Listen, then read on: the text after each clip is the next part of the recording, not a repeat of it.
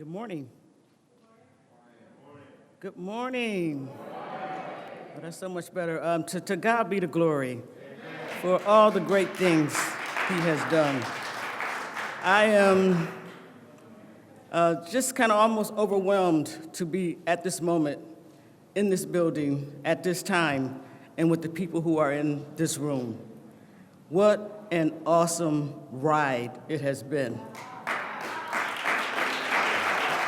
And I do mean ride. We have, well, first of all, let me just honor my colleagues who are in the room who will not grace the podium today. That is the Council President, Darius Pridgeon, Maston District Council Member Ulysses Wingo,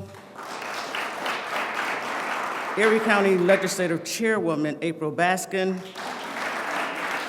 and Erie County Legislator Howard Johnson. We're so happy that you all have joined us today. It's a beautiful day in the neighborhood.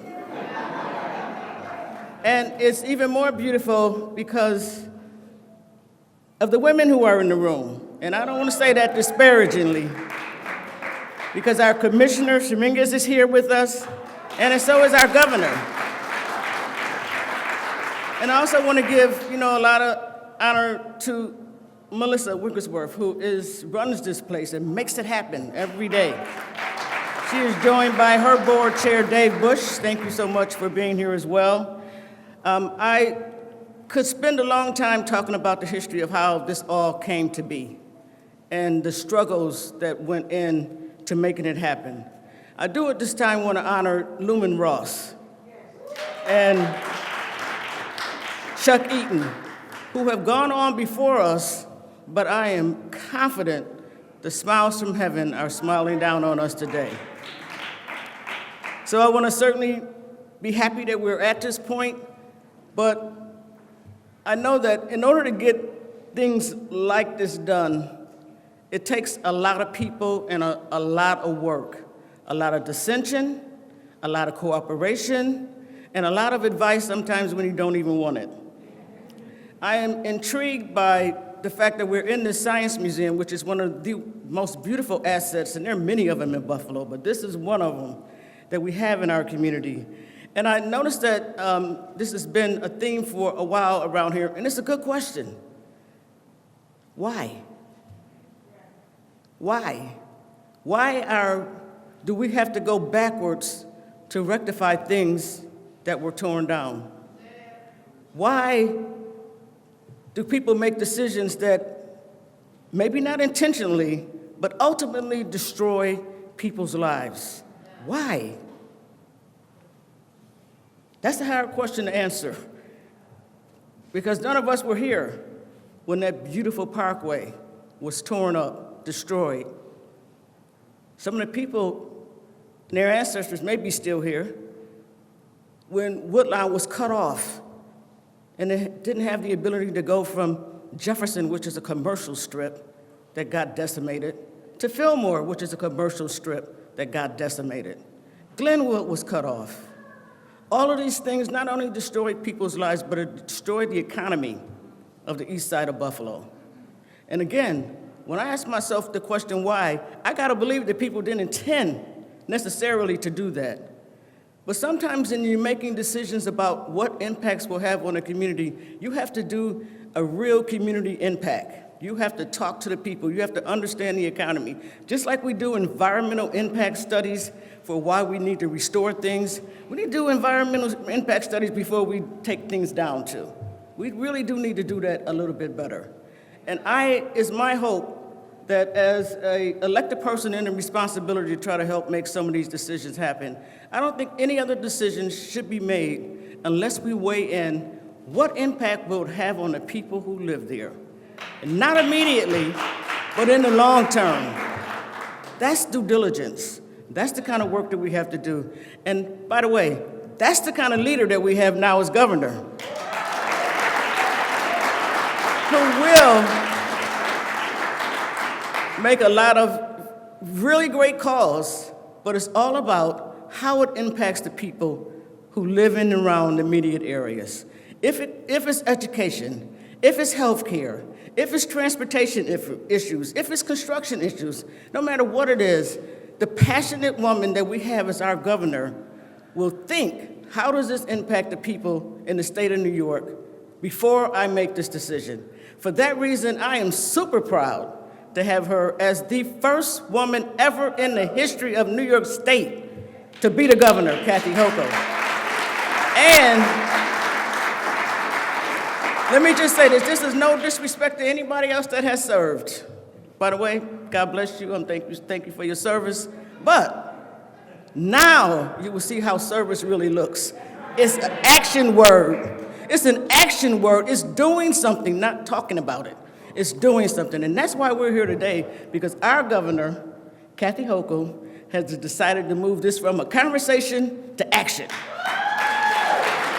That's the why we're here today, because of Kathy Hochul. So it is my pleasure and my honor to bring her to the podium. I have known her since 1998. Her passion, her friendliness, her values, her principles, her steadfastness, her grit, her Buffalo grit has never changed, and it never will. I'm honored to know her and honored to work with her. Kathy Hochul.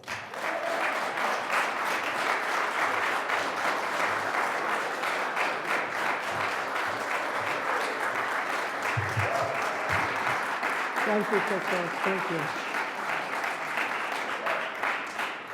Good morning, Buffalo. Kind of a fun weekend coming up, isn't there? Yeah, we'll talk about that, but I do want to acknowledge how special it is to be here. Last night when I was flying back from New York City so I could be with you this morning, I did receive some very tragic news about individuals, members of law enforcement, who were shot responding to a domestic call in Harlem, where my lieutenant governor lives. He immediately went over to the hospital on my behalf, and I spoke with him and was texting with the mayor. And I just want to say this breaks our hearts all over the state, and this has happened with far too much frequency. It is something that, our hearts and prayers are with the families and the members of the NYPD, but also it's a resounding call to action to say those in Washington who will not heed the call, whether it was the children of Sandy Hook who were slaughtered in their classroom and continue up to this day, we have to do more to fight the scourge of illegal guns on our streets, and we need Washington teaming up with us, teaming up with locals to get it done. And I know Congressman Higgins, this is a passion of his, and I want to thank you for fighting the good fight, Congressman.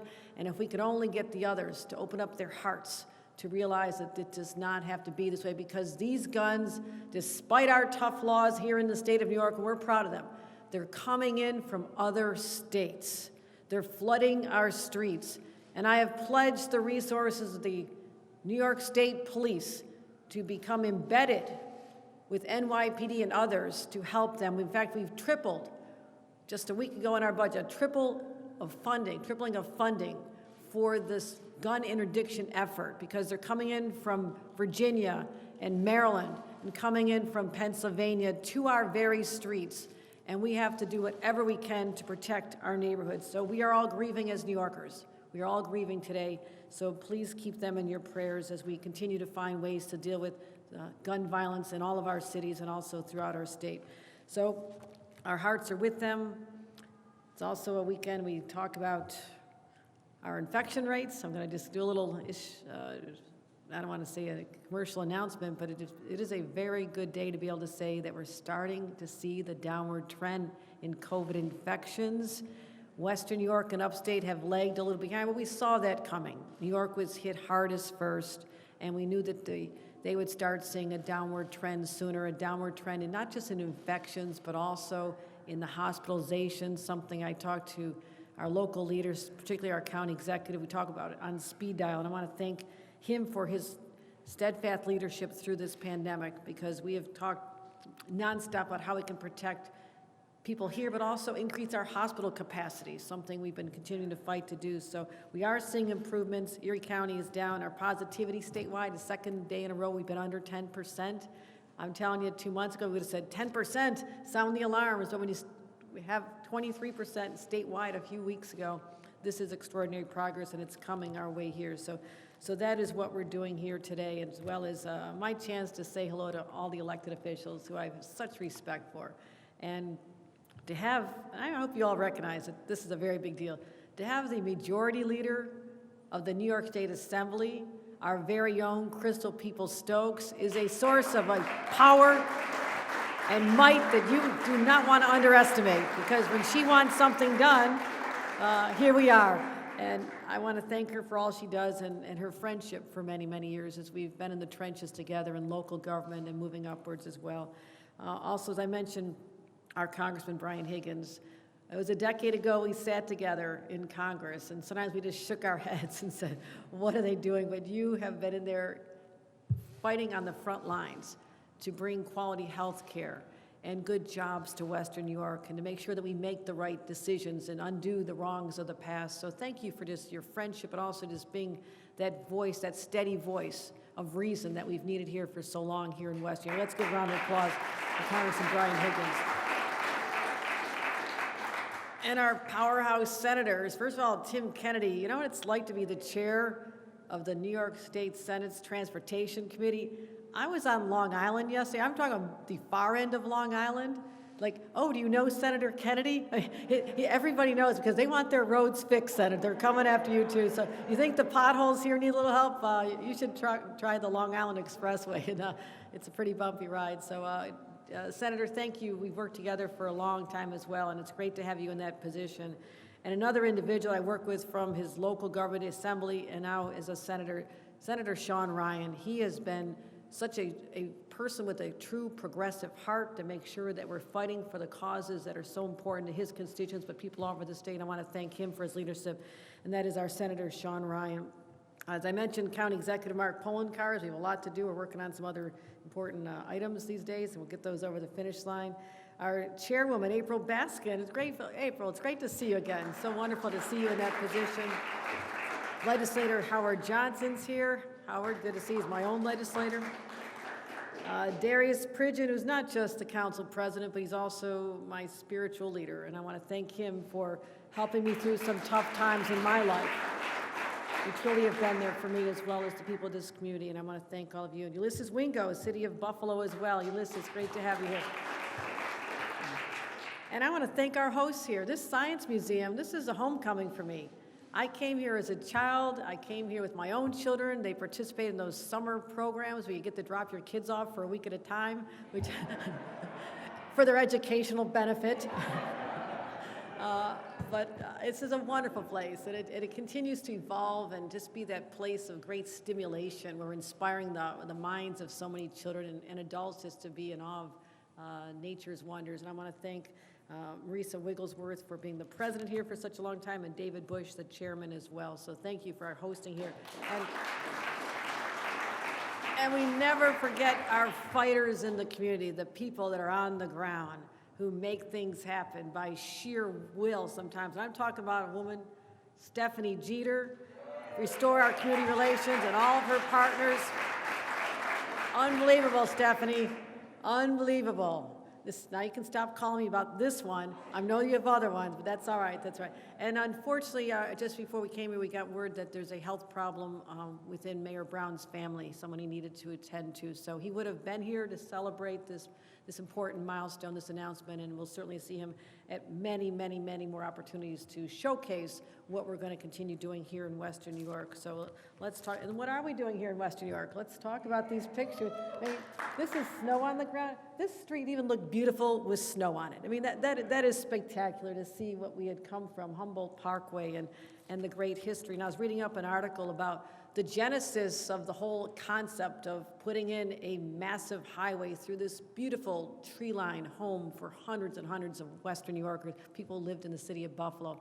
And at the time, there were a lot of influences going on. First of all, the thought that everyone was going to be driving cars. When this was 1946, they're having these conversations. And yes, we were starting to emerge into an era where people not just had one car, but two cars, and they thought they needed to accommodate these transportation needs. But also they wanted to get people faster out to the suburbs. So when you want to point to a time when the city of Buffalo started declining, it was after it was so easy and so fast for people to flee the city. And we didn't keep building back this city during those intervening decades between the late 1940s, 50s, 60s, 70s, and now what we're trying to do is reverse so many of those decisions. They weren't just made here. The thought is these super highways are going to be fantastic, and this is a sign of the future. We're getting people through and out of the cities as fast as we can.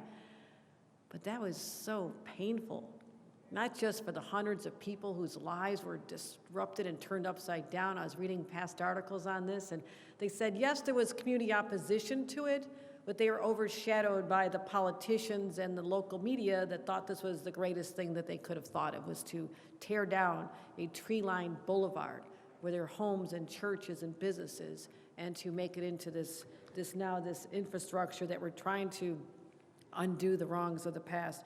And we've seen opportunities where we've done it right, and that's why I'm so optimistic about this, and I know it can get done because we saw it happen in Rochester. The New York Times did a beautiful story on the evolution of the movement to remove highways all across America, and they showcased Rochester.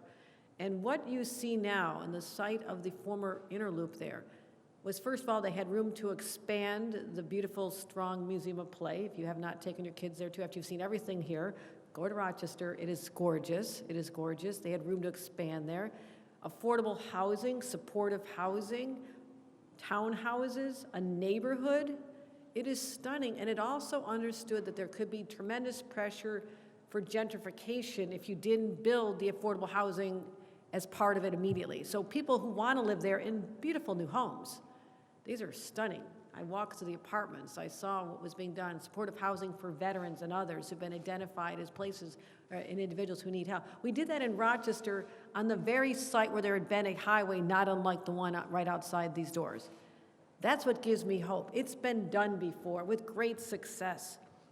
And we always know that the land downtown is the most valuable. This is where people want to congregate. We know that.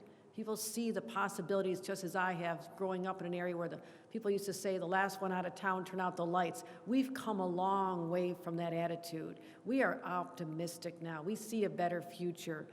And the city, once the highway's gone, they can develop this into a wonderful asset for them.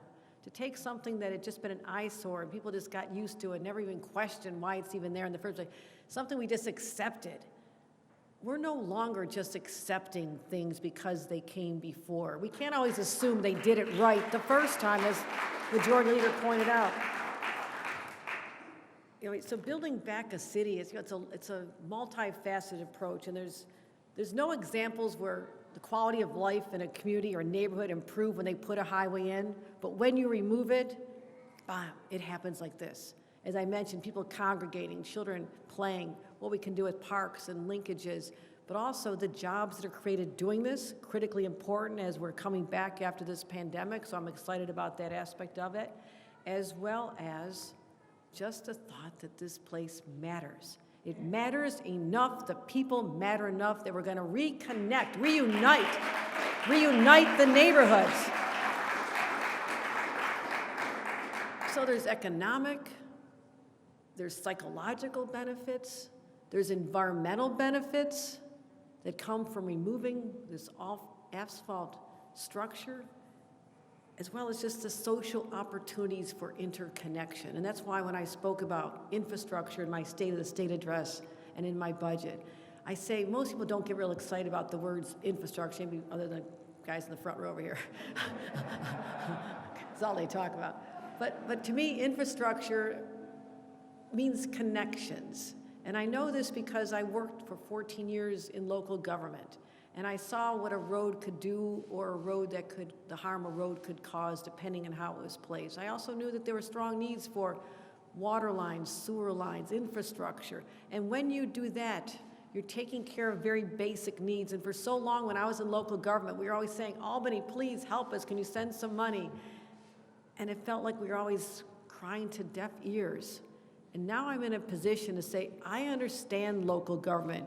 Let's let you reimagine your communities with friends and support from Albany. And now, because of what President Joe Biden did, along with people like Brian Higgins and our majority leaders and our senators and others, they got it together and did something that is a generational change. We now have the money to do projects like this because of what happened in Washington with the leadership of the Democrats who voted for this project. And I want to make sure that we give them the credit. And there's going to be so many more projects that now flow to New York because of the infrastructure money that was passed by President Joe Biden. And he believed in this, as well as our members of Congress and our senators, and that's why we can be here today as well. So I don't take that for granted. I do not take, we've waited a long time. I was a young staffer for Senator Moynihan when he was on the Infrastructure Committee. We talked about projects, but the funding was never freed up the way it is in a very impactful way. So that infrastructure, it creates connections, it creates opportunity. So now we all love the word infrastructure, right? Even if you didn't before. That is a very cool word, right? So I'm excited, and I also want to mention someone who's here today, who is going to be the architect of all this, the person who gets it done.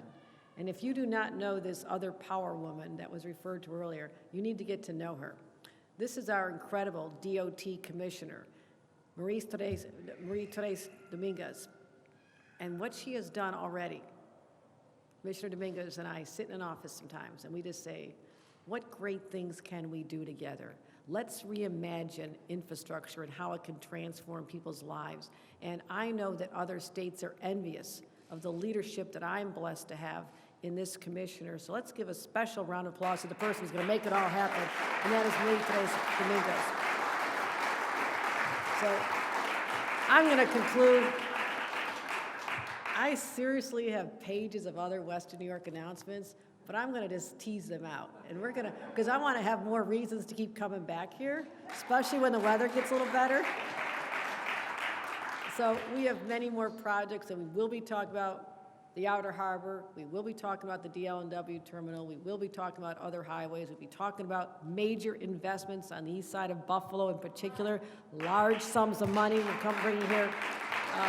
But if I tell you all now, I won't be able to come back and have another celebration with all of you. So I'm going to focus on this particular project. But today I'm announcing we are making good on the promise I've just made to all of you, and that is that the environmental impact study will begin immediately. And when I say immediately, it begins immediately. So that is what we're doing here today.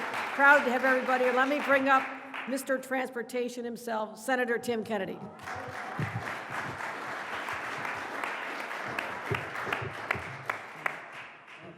Thank you. Let me just get this on. Double up. Always proud to wear this mask too. And I will close by saying, Patrick Holmes, you've got nothing on Josh Allen. You are in trouble, my friend. I don't mind trash talking you every day of the week because we're going to take you down.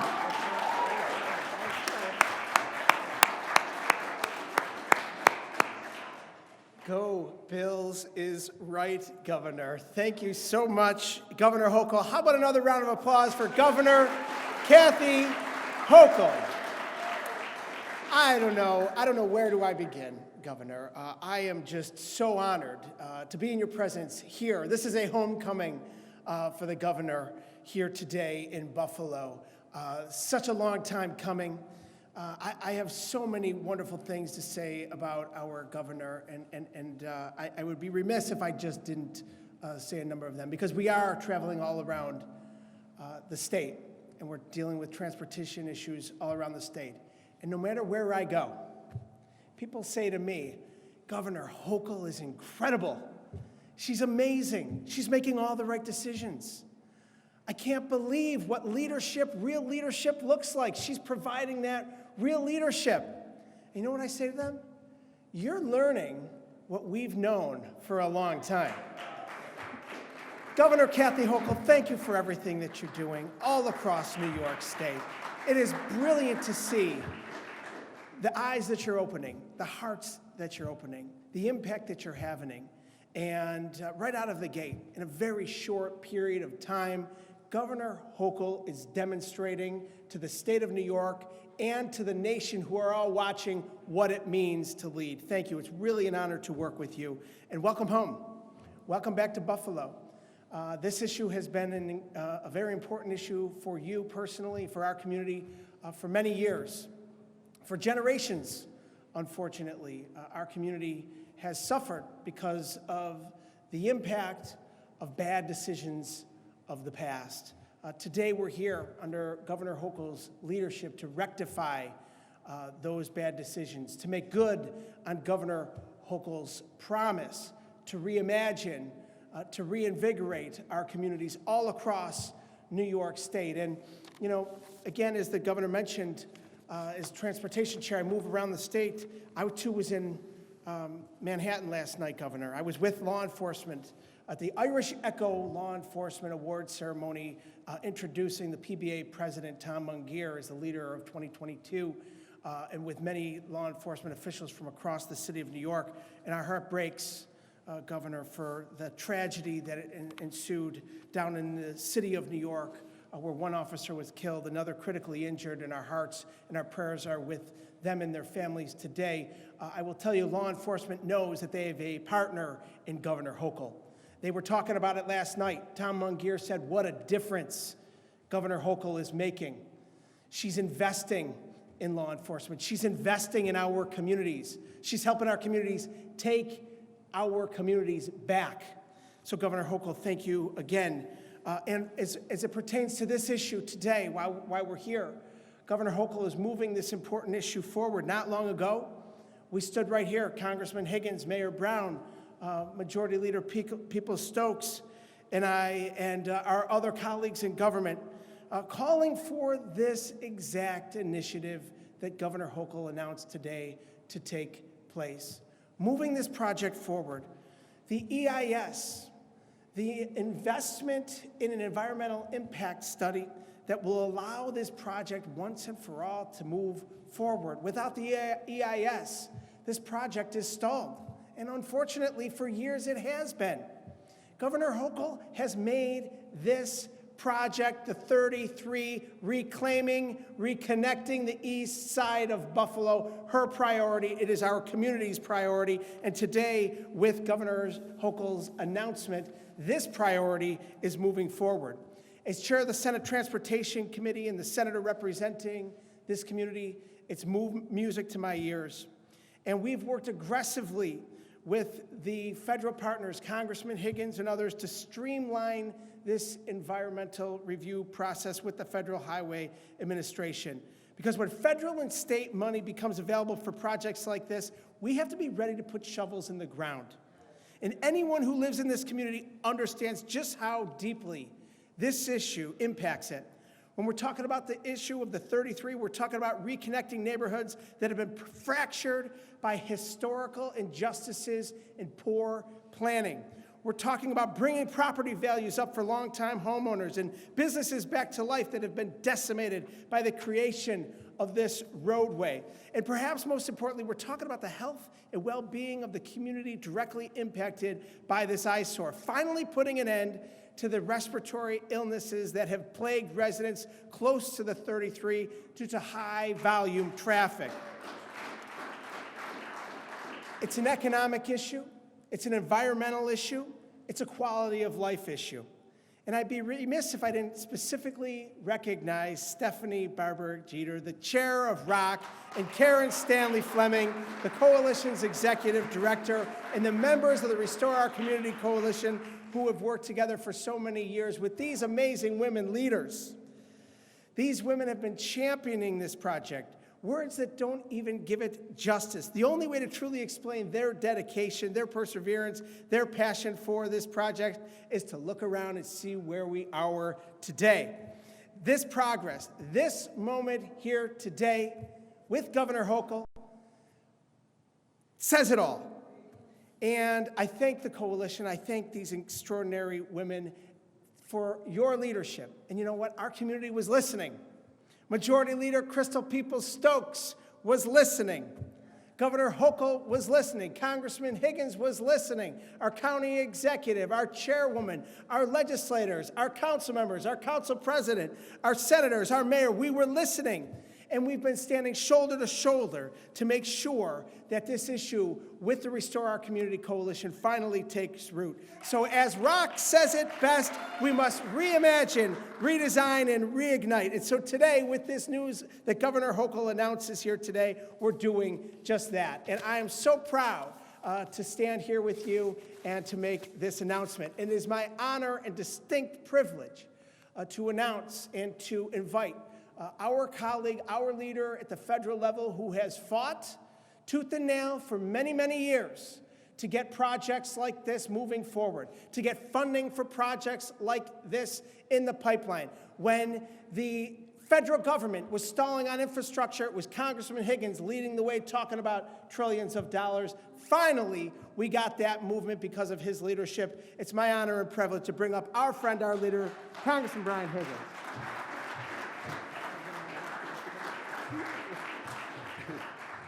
Tim told me I had to get it all in. He did.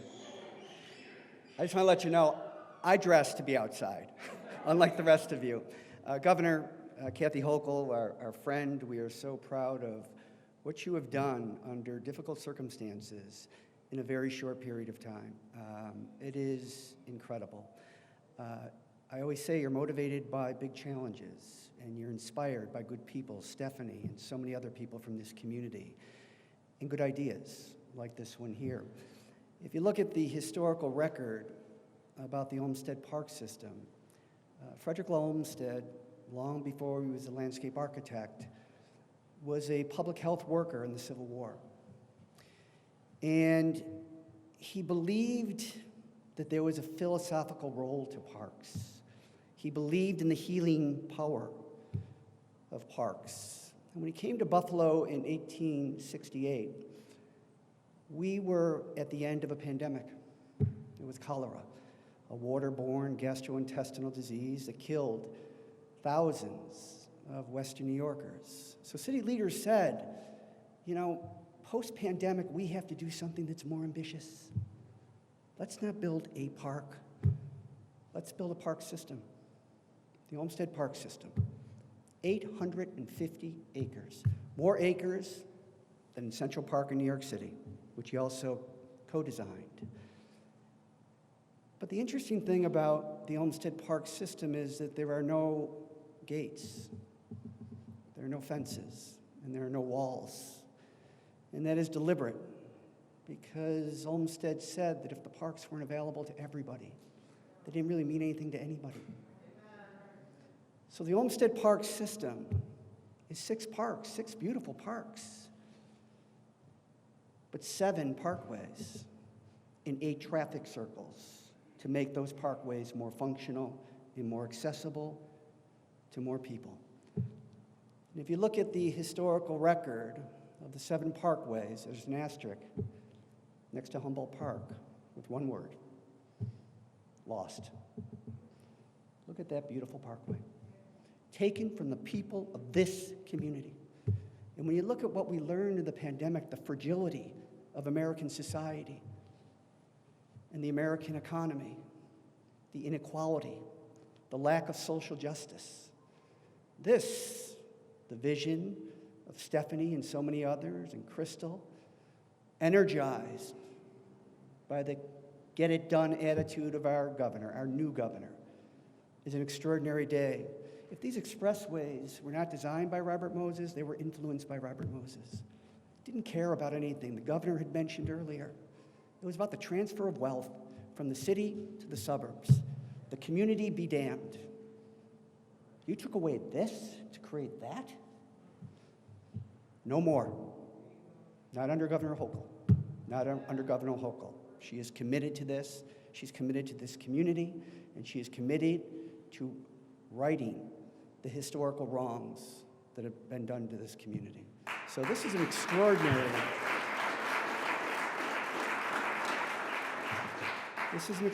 gift, and by a governor, again, motivated by big challenges, inspired by good people and good ideas.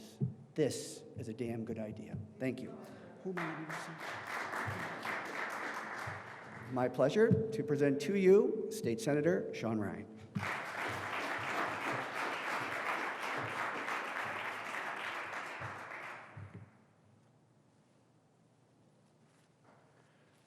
so happy to be here this morning.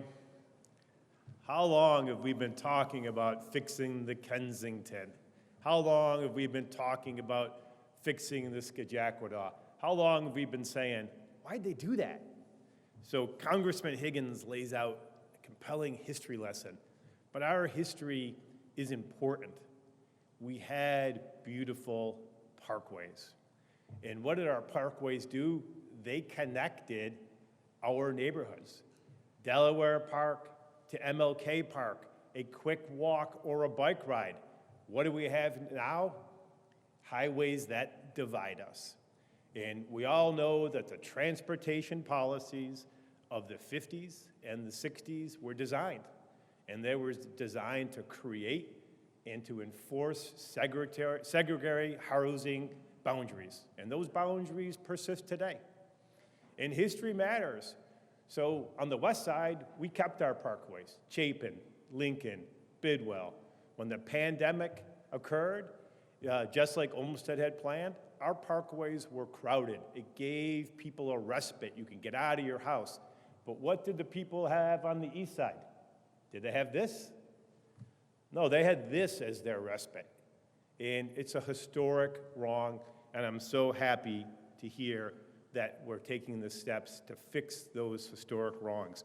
And it always affects us. You think that, oh, this is just the way it is, everyone's used to it. I was over in the Trinidad neighborhood not long ago. Ellen Harris lives over there. She came out and said, anytime she tries to get something delivered to her house, Orville's calls and says, I don't know how to get to your house. I don't know how to get back in there. Clifford Bell came out. Remember Clifford Bell? Clifford Bell remembers when his kids were little, he'd give them the quarter and send them across the street to go to Hamlin Park to get the store to buy ice cream. You're not getting to Hamlin Park now if you live in Trinidad. So these are historic wrongs that we're fixing. And this is where I compliment Governor Hochul. We know she's tenacious. We know she has grit, but she also has an intellectual honesty. Governors that came before, they didn't want to tackle these problems because they're too hard to fix. But we know that we can't build the new Buffalo that we want unless we tackle these problems and we get it done right. And that's why I have tremendous faith and tremendous confidence that we're going to get it done right because of the leadership of Governor Hochul. Thank you, Governor Hochul, for addressing these problems, and you're addressing them in Rochester and in Syracuse and Albany. Because guess what? These transportation policies that rip Buffalo apart, that made us a segregated city, they're in all those cities too. So we're going to take these highways down and we're going to change them one city at a time, and we're going to have a city that's reunited and a one Buffalo. And maybe at the end of it, a kid from MLK will be able to get on his or her bike, ride over to Delaware Park, and a kid from Parkside will be able to get on their bike and ride over. And wouldn't that be a beautiful thing for the city of Buffalo? So thank you to everyone who's been working on this issue for a super long time. So my job is to introduce county executive and to get off the highways for a second, but just to talk about leadership during the pandemic. County executive has provided consistent on-the-ground leadership for the last few years. I mean, I think of how hard my job has been, but I'm not the one who has to interact directly with the people, the health department. I'm not the one getting roasted on AM radio. I'm not the one getting death threats. I'm not the one having anti-Semitic attacks on your administration. So I thank you for your tenacity and getting up every morning to keep facing the pandemic, not lying to the people, not telling people it'll be all okay, but telling the hard truth. So it's my pleasure to introduce County Executive Mark Poloncarz.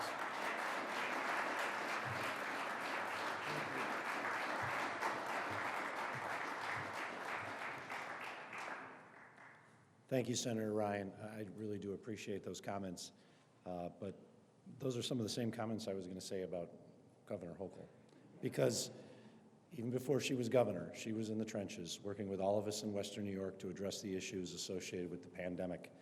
And since becoming governor, she's made the difficult decisions. They're not agreed to by all, but that's what leadership is. Leadership is making the decision that's right for the greater community, not just because everyone's going to agree. But this is one where everyone's going to agree, because everyone in our community, all of our elected officials, all of those who's fought for years understand the impact that the destruction of Humboldt Parkway had on an entire community. So thank you, Governor, for first of all making those very difficult decisions, which in the end aren't difficult, but they're the right decisions for our community when it comes to fighting COVID across New York State, but for putting your money where people's mouths have been in the past to actually invest to ensure that we can restore this to this. I look at these photos. That could be McKinley Parkway in South Buffalo. That could be Chapin Parkway in the Elmwood Village. Can you imagine what would happen today if an elected official publicly came out and said, we're going to put a superhighway right through your neighborhood? You would not be an elected official the next time you ran for office. That's the difference between then and now. And I want to thank the governor and everyone who's fought for so long to get to this point. This will not be an easy project to do because of the cost associated, but it will be the right project to do for the impact it will have on the greater community. So to each and every one for years who've been fighting for this, on behalf of myself, thank you. This will create a better Buffalo. This will create a better Erie County. And we can all be proud of it. Sometimes you look back on careers and you think about, what did I do that had an impact on the greater community? A legacy project. This will be a legacy project for everyone in our community, and something when our careers are over with, thank you, something when our careers are over with, we can look back and say, this was done on my watch. And to all of those who fought to make this day happen, it's just the start, but it's not the end, and it is going to be a much better place when we restore Humboldt Parkway to this, from that, something we can all be proud of. With that, I thank each and every one of you for coming here today, and I can't leave the podium without saying, go Bills, crush the Chiefs. Thanks, everyone. Take care. Thank you, Governor.